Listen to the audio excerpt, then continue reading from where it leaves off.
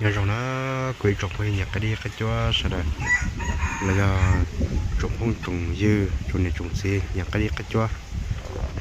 nó cho cái là cái đi này tụi nó mua đó tụi nó mua cho cái chỗ mua gì nhau cho năm thom mà năm ba về này tụi nó nhìn cho cái nó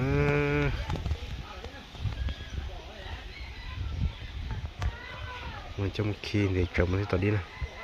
đi lì nó mà thấy là gì đó tụi nó, đừng có cơ thế đó tụi nó,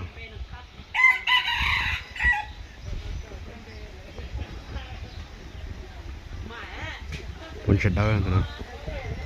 mình sẽ đau nó cái mỏ xưa, tìm cho cái mỏ xưa,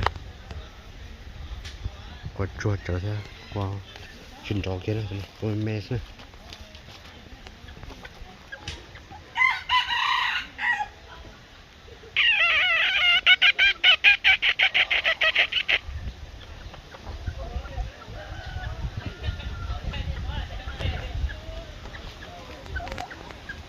chỉ có tao có trên cho tao sang được chứ đó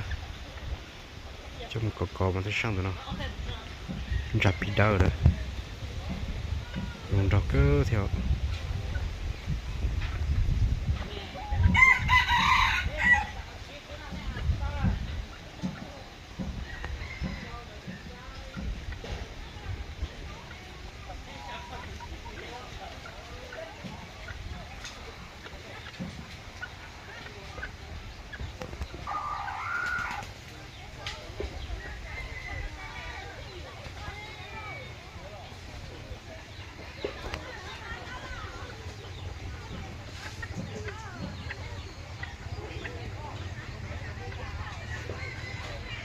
năm p đó tụi nó